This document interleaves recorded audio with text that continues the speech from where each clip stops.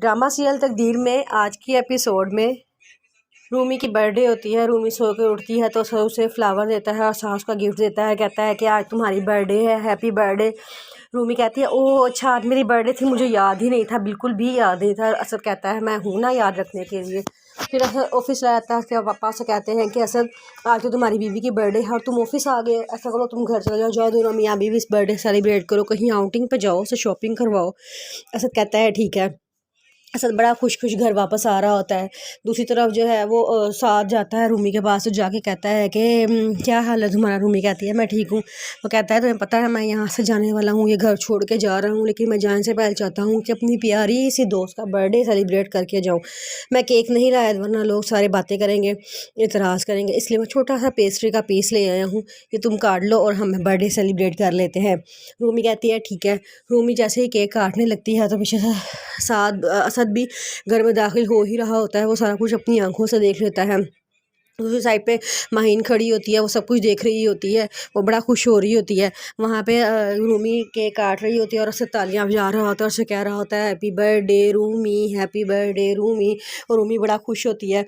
फिर वो उसे कहता है अभी असद अंदर आ ही रहा होता है तो साथ रूमी से कहता है कि तुम्हें पता है मैं यहाँ जाने के बाद सबसे ज़्यादा तुम्हें मिस करूँगा, मुझे तुम बहुत याद आओगी। सिर्फ इतना कहता है तो साथ कह के चुप हो जाता है। उतनी देर में असद पीछे खड़ा हो जाता है आके। रूमी जब असद को देखती है उसके रंग उड़ जाते हैं, वो एकदम खामोश हो जाती है। जब ये साथ देखता है तो बड़ा परेशान होता है। वो जब मुड़ के देखता है पीछे तो पीछे असद खड़ा होता है। असद बड़ा दुखी गुस्से में खड़ा होता है। साथ उसे सलाम करके चला जाता है लेकिन रूमी वहीं खड़ी रहती है। रूमी उसको बड़ा यकीन दिलाने की कोशिश करती है अपने इशारों से, लेकिन समझ नहीं आता। असद बड़े गुस्से में अपनी गाड़ी की तरफ जाता है तो माहीन मौका पा के फटाफट उसके पीछे पीछे जाती है और जा कहती है कि असद भाई लग रहा है आप बहुत गुस्से में हैं। वो कहता है कि नहीं ऐसी कोई बात नहीं। फिर वो कहती है कि नहीं ऐसी ही बात है, ज़ाहिरी बात है जब कोई शौहर अपनी बीवी को किसी दूसरे लड़के के साथ देखेगा तो वो ऐसे ही रिएक्ट करेगा, आपका रिएक्ट करना बनता है। वैसे आपको पता है जूनी भी इसी वजह से साथ से नाराज़ है क्योंकि उसको ये रूमी का और साथ का इतना बेतकल्लुफ़ होना अच्छा नहीं लगता। और कोई औरत कैसे ये बर्दाश्त कर सकती है कि उसका शौहर किसी दूसरी औरत में इन्वॉल्व हो। असद कहता है कि बस मैं और कोई बात नहीं सुनना चाहता। वो कहती है कि सुनना तो आपको पड़ेगा क्योंकि आपकी बीवी की बढ़ती हुई दास्तानों की मैं वाहिद गवाह हूँ। मैं नहीं बल्कि अम्मी जान है। अम्मी जान ने बड़ी दफ़ा रूमी को साथ के कमरे में बेतकल्लुफ़ होते हुए जाते हुए देखा है। अगर आपको मेरी बात पे यकीन नहीं आता तो अभी अभी आप जाएँ अम्मी जान के पास और अम्मी जान से पूछें, वो आपको बताएंगी। और बहुत बार तो मैंने भी उसको उनके कमरे में से निकलते हुए जाते जाते हुए देखा है। और दूसरी बात, जब आपको पता है रूमी को पता है कि आपको उसका साथ से बात करना पसंद नहीं है तो वो क्यों नहीं बात करना छोड़ती उसको। दरअसल बात यह है कि वो साथ के बगैर रह ही नहीं सकती, उसको साथ से बात करने की बहुत आदत हो चुकी है। और यही बात जूनी का घर भी ख़राब कर रही है। जूनी भी इसी बात से खफा है कि रूमी साथ से क्यों इतना बेतकल्लुफ़ होता है।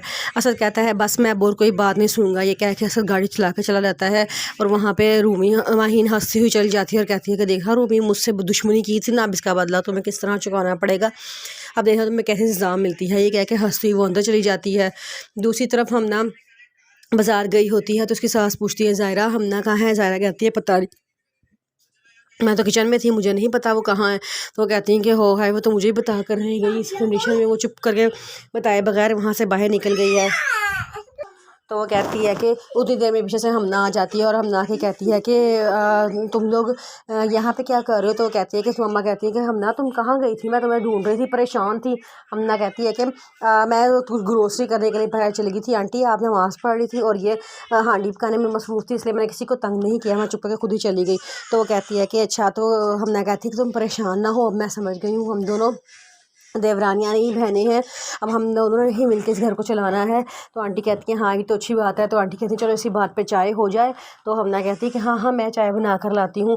तो ज़ायरा कहती है नहीं नहीं यहाँ बैठे हैं, आप अभी ग्रोसरी करके आई हैं, मैं चाय बना लेती हूँ। लेकिन हमना कहती है नहीं तुम यहाँ बैठो, मैं चाय बना के लाती हूँ।